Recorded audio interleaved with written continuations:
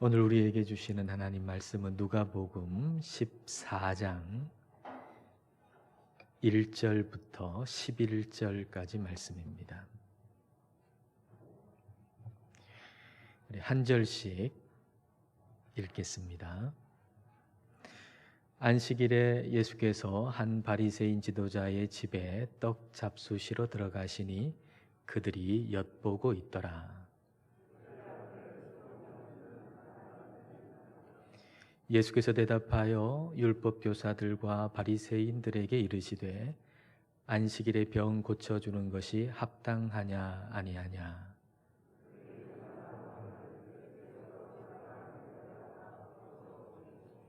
또 그들에게 이르시되 너희 중에 누가 그 아들이나 소가 우물에 빠졌으면 안식일에라도 곧 끌어내지 않겠느냐 하시니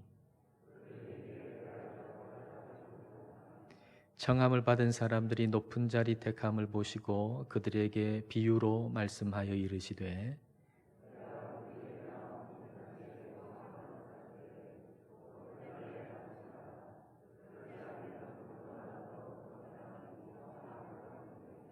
너와 그를 청한 자가 와서 너더러 이 사람에게 자리를 내주라 하리니 그때에 내가 부끄러워 끝자리로 가게 되리라.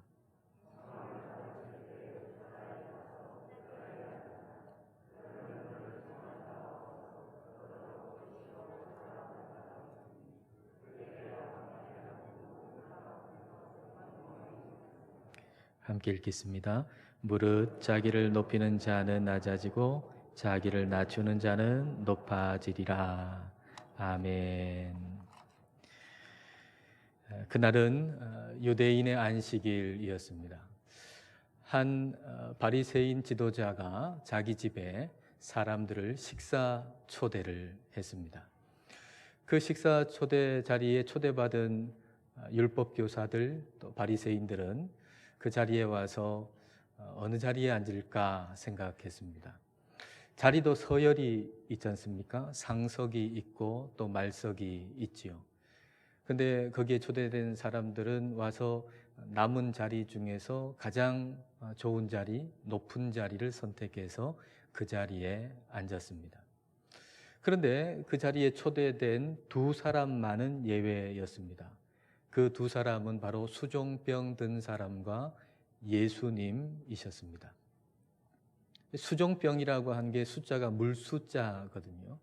그러니까 복부에 물이 차가지고 그 물이 심장, 신장, 간 같은 걸 압박해서 그 결과 몸이 붓는 병, 이게 수종병입니다. 그러니까 누가 봐도 정상이 아닌 사람이라고 하는 걸 분명히 알 수 있는 그런 모습을 하고서 이 수종병 든 사람이 그 식사 자리에 와서 가장 끝자리에 앉습니다. 그리고 예수님도 그 식사 자리에 초대를 받으셨는데 예수님도 오셔서 역시 가장 끝자리에 앉으셨습니다. 그래서 예수님 앞에 그 수종병 든 사람이 있게 되는 그런 자리 배치가 된 것이죠. 자, 1절과 2절을 보십시오. 안식일에 예수께서 한 바리새인 지도자의 집에 떡 잡수시러 들어가시니 그들이 엿보고 있더라. 주의 앞에 수종병 든 한 사람이 있는지라. 율법 교사들과 바리새인들이 지금 예수님을 엿보고 있다 그렇게 기록하고 있는데요. 엿보고 있다라고 번역한 파라테리오라고 하는 이 헬라어는 아주 지대한 관심을 가지고서 아주 자세하게 본다는 얘기입니다. 어떤 개인적인 아주 큰 관심을 가지고서 주의해서 주시해서 본다는 거죠. 예수님 앞에 그 수종병 든 사람이 있는데 오늘은 안식일이에요. 그래서 예수님께서 오늘 안식일인데 저 수종병 든 사람을 고치나 안 고치나 하고 아주 주의 깊게 보고 있었다라는 얘기죠. 안식일을 기억하여 거룩히 지키라 하나님은 우리에게 명령하여 주셨어요. 근데 안식일을 기억해서 거룩히 지키라라고 하는 말씀이 안식일에는 병든 사람 고치면 안 된다라는 말이 결코 아니잖아요. 근데 유대인들은 이 안식일을 거룩히 지키라라고 하는 이 계명의 말씀을 따르는 것이 아니라 전해 내려오는 어떤 전통, 구전법, 거기에는 안식일에 만성질환자를 고치면 이거 안식일 범하는 것이다 라는 게 이게 구전법이거든요. 근데 이걸 하나님의 계명만큼 귀하게 여기면서 살았던 겁니다. 예수님께서 이들에게 말씀하시는 거죠. 자, 오늘 말씀 3절을 보십시오. 예수께서 대답하여 율법 교사들과 바리새인들에게 이르시되 안식일에 병 고쳐 주는 것이 합당하냐 아니하냐. 안식일에 병 고쳐 주는 게 합당하다라는 말씀이죠. 안식일에 병 고쳐 주는 거 하나님의 뜻이다라고 말씀을 하시는 겁니다. 근데 여러분 여기까지의 모습을 한번 생각해 보십시오. 그 바리새인의 지도자가 선하지 않은 의도로 예수님을 그 식사 자리에 초대했습니다. 예수님을 존경해서 그 식사 자리에 초대한 게 아니에요. 예수님을 너무나도 존경해서 식사라도 한번 같이 하고 싶다, 그런 마음으로 예수님을 초대한 것이 결코 아닙니다. 예수님이 오셨는데 그 끝자리에 앉으셨다 그러면 예수님 그 자리에 앉지 마시고 여기 상석에 좋은 자리에 앉으십시오 하고 앉혀야 될 거 아닙니까? 근데 예수님을 그냥 그 끝자리에 앉도록 내버려 두셨어요. 그 수종병 든 사람하고 같이 그 끝자리에 있도록 내버려 두셨어요.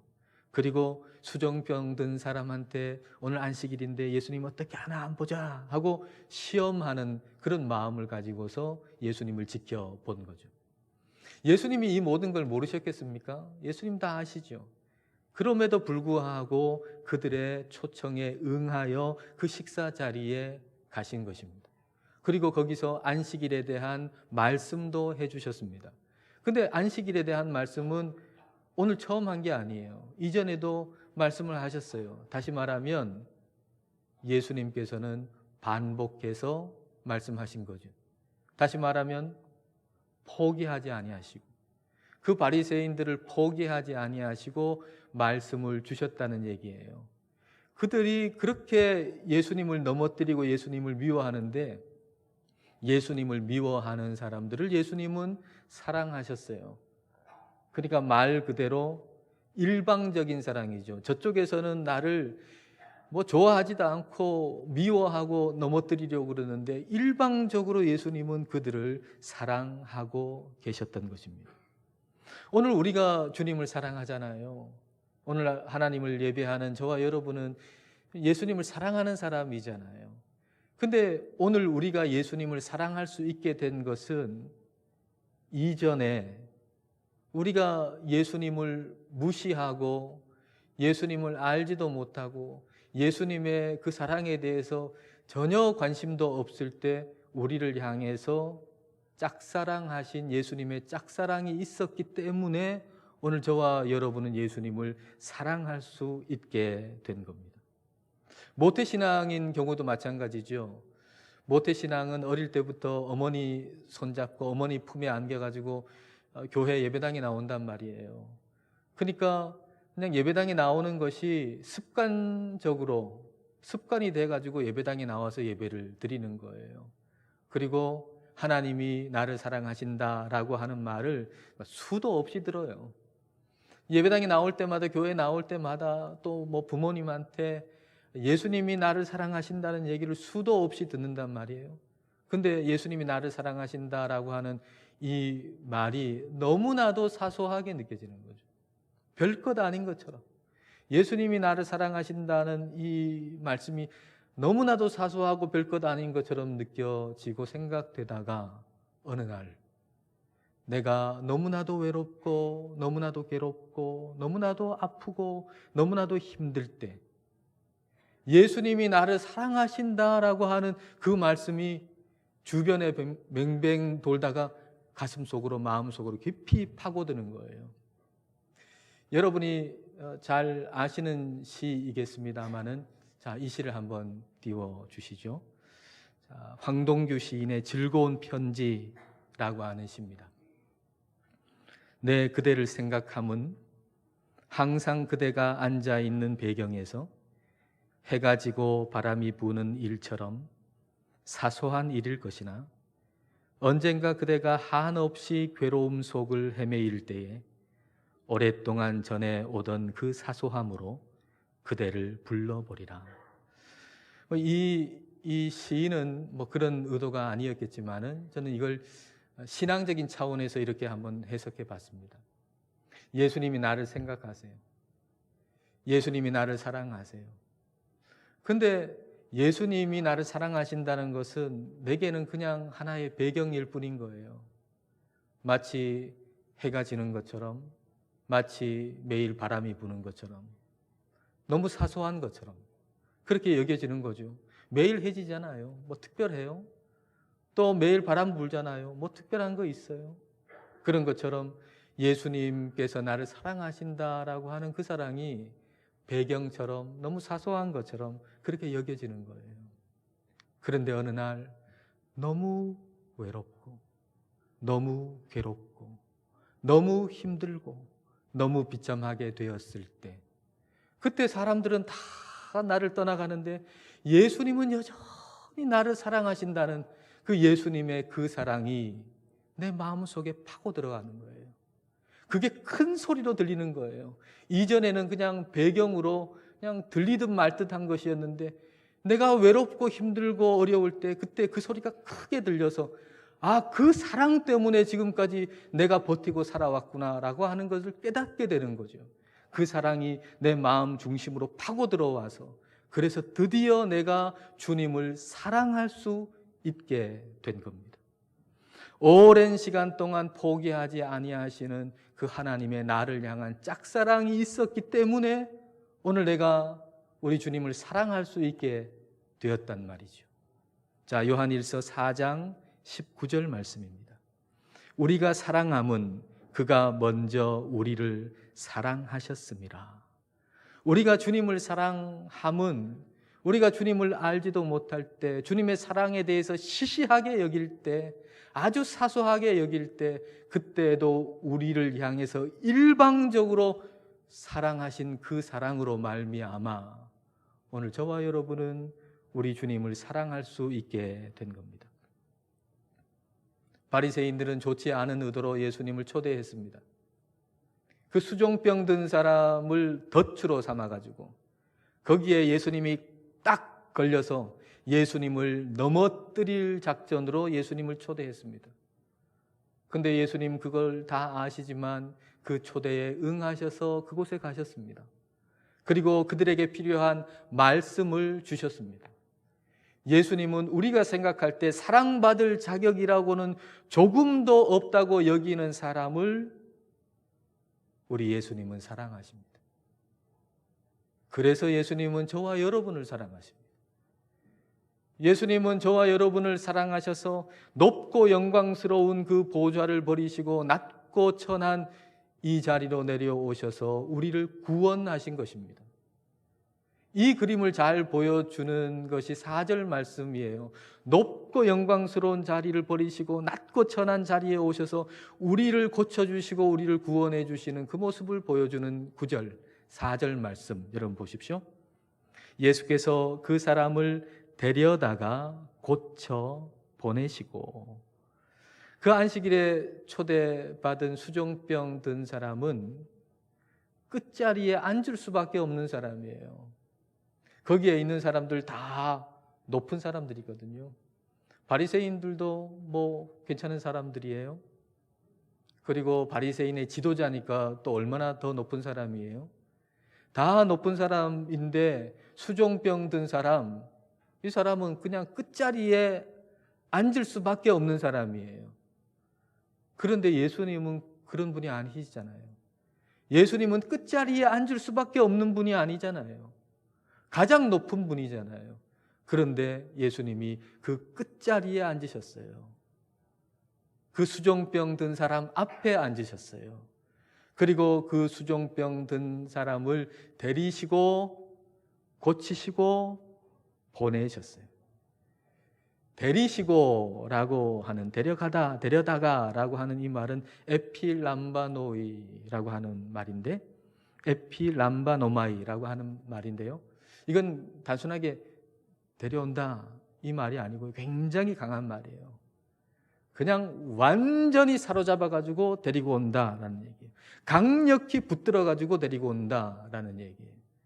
그러니까 예수님께서 그 수종병 든 사람을 강력하게 붙들어가지고 데리고 오시고는 고치시고 그리고 보내셨다라는 얘기입니다. 보내셨다라고 하는 것은 자유롭게 하셨다는 얘기죠. 자유롭게 하셨다. 이 수종병 든 사람은 말이죠, 그 병이 약점이 돼가지고 사람들한테 이리저리 휘둘릴 수밖에 없는 사람입니다. 여러분, 그 바리새인의 지도자가 이 수종병 든 사람하고 식사 같이 하고 싶어서 초대했겠습니까? 수종병 든 사람하고 식사 한번 하고 싶어서 초대한 게 아니라고 하는 걸 이 수종병 든 사람도 알지 않습니까? 또 이용당할 수밖에 없는 거 아니에요. 그러니까 높은 자리에 있는 사람이 그 약한 사람을 이리저리 휘둘리면서 자기가 유리한 방향으로 이용하려고 그렇게 초대한 겁니다. 그걸 왜 모르겠어요? 근데 거절할 수 없는 거죠. 끌려다니는 거죠. 그 힘 있는 사람에게 이리저리 끌려다니면서 이용당할 수밖에 없는 것이죠. 근데 예수님이 그 수종병 든 사람을 데려다가 강력히 붙들어가지고 예수님 앞에 오게 하셨어요.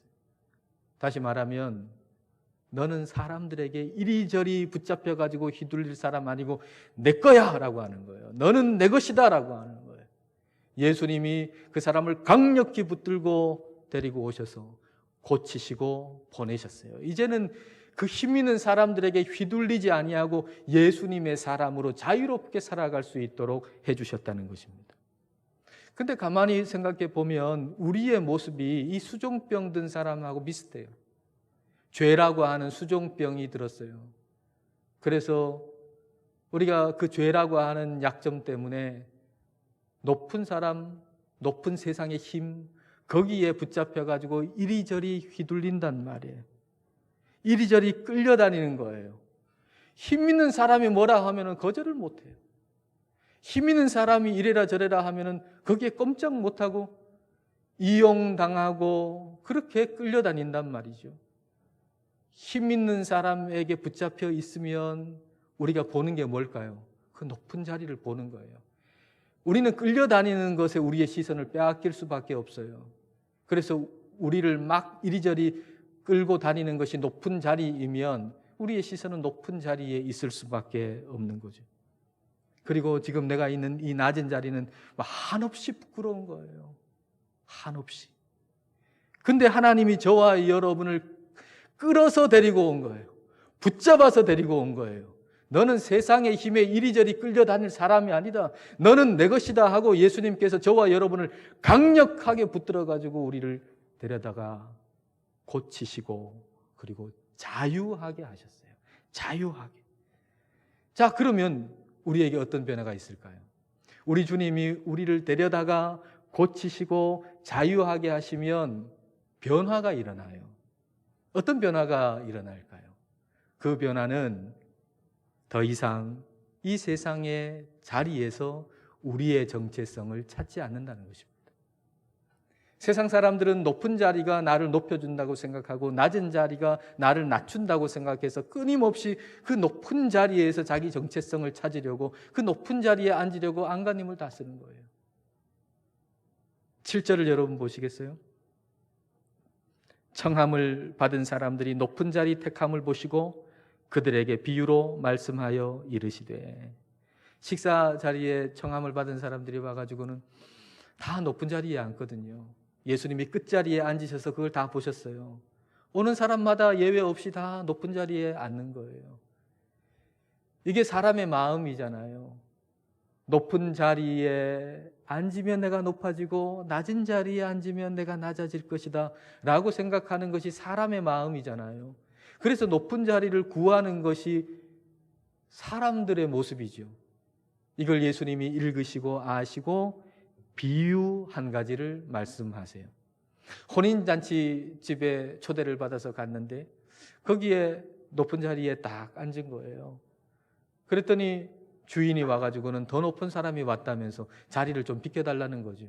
그러면 높은 자리에 딱 앉아 있다가 주인이 와가지고 좀 비켜달라 그러니까 끝자리로 가면서 얼마나 부끄럽겠느냐라는 얘기입니다.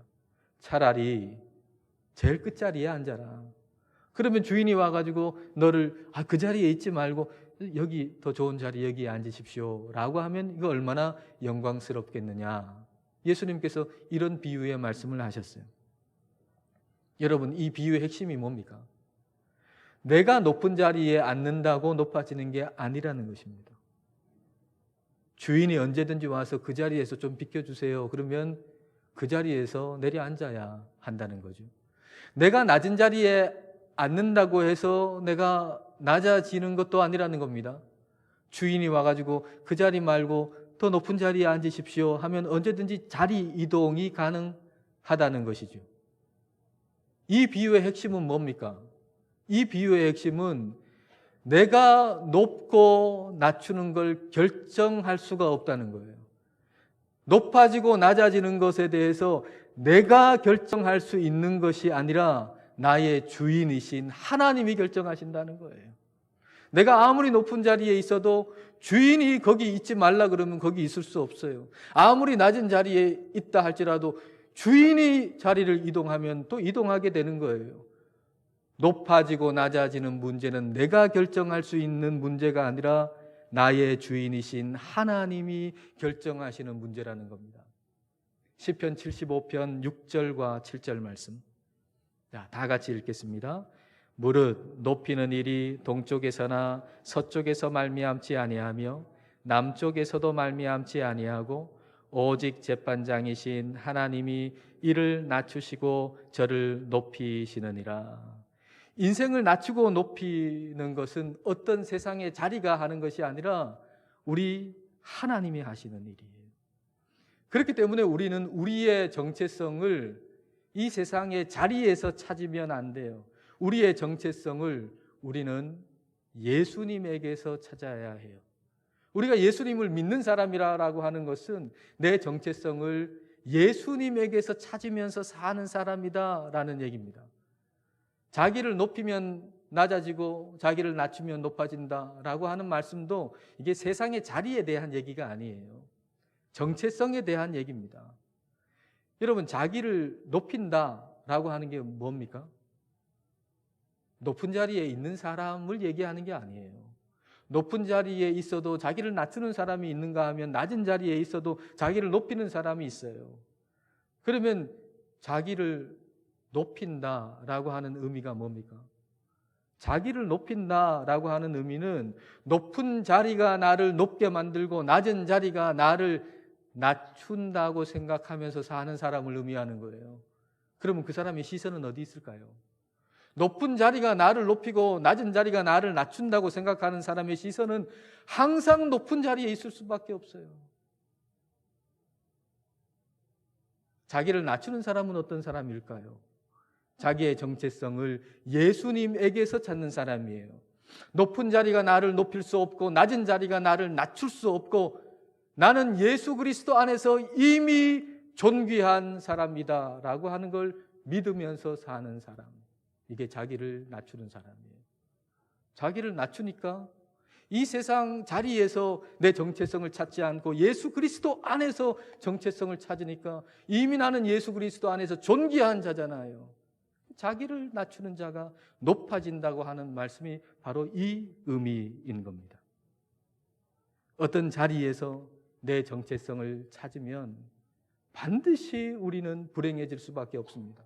왜냐하면 내가 나를 높여준다고 하는 그 자리에서 반드시 쫓겨나게 될 것이기 때문입니다. 어떤 분이 어떤 대형 교회의 아주 훌륭한 목사님에 대한 얘기를 하더라고요. 그분 진짜 제가 알기에도 참 훌륭한 분이셨어요. 그 목사님은. 우리나라의 대표적인 대형 교회 목사님이셨는데 근데 그분 가까이 계시면서 이분이 이 훌륭한 목사님에 대해서 생각하기를 이 대형 교회의 담임 목사님으로 이분이 계속 계셨으면 좋겠다. 그렇게 생각했대요. 근데 그렇게 훌륭한 분도 쫓겨나더래요. 사람이 쫓아내지 않으니까 세월이 쫓아내더래요. 여러분, 저와 여러분이 아무리 높은 자리에 있더라도 우리는 다 쫓겨납니다. 누군가가 쫓아내지 아니하면 세월이 쫓아낼 겁니다.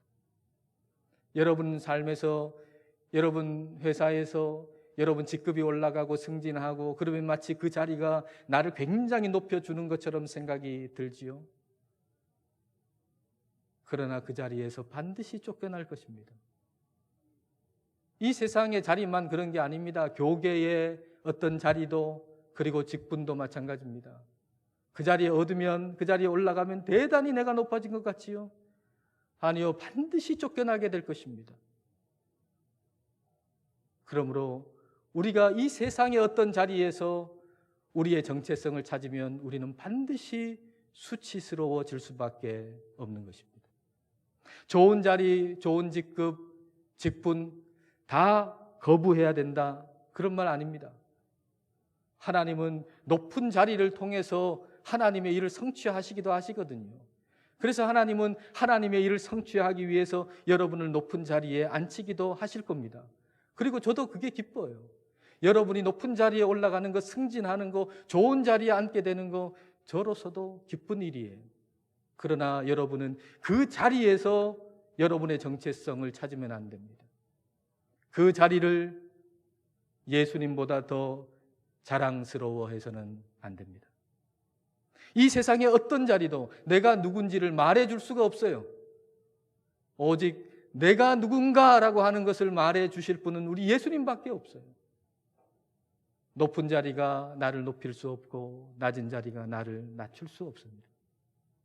수종병 든 사람 가장 끝자리에, 낮은 자리에 있었지만 예수님과 같이 있으니까 그가 회복되고 존귀하게 되었잖아요. 우리의 시선은 높은 자리나 낮은 자리에 가 있으면 안 됩니다. 우리의 시선은 예수님께 가 있어야 합니다. 예수님이 어디 계신가 보고 예수님과 함께 있으면 그 자리가 복된 자리입니다. 높은 자리가 우리를 높여줄 수 없고 낮은 자리가 우리를 낮출 수 없습니다. 저와 여러분은 예수님 안에서 이미 가장 존귀한 자가 되었습니다.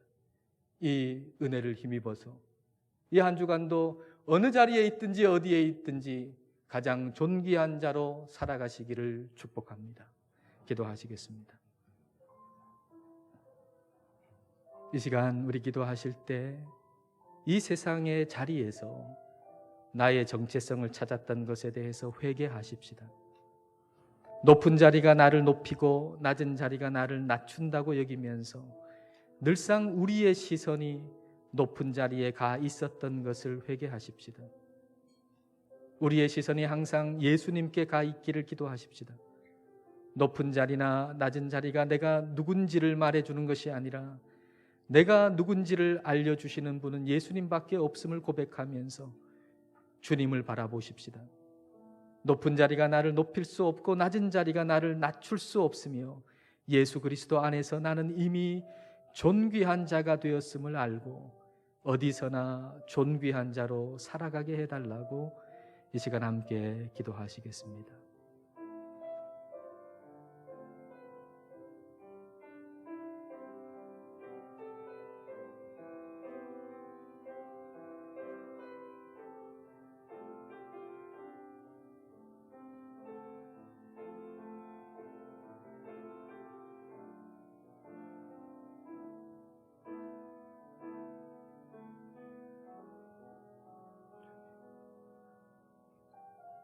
우리를 포기하지 않으시고 끝까지 사랑하시는 하나님 아버지, 그 사랑으로 인하여 오늘 저희가 주님을 사랑할 수 있게 된 것을 감사드립니다.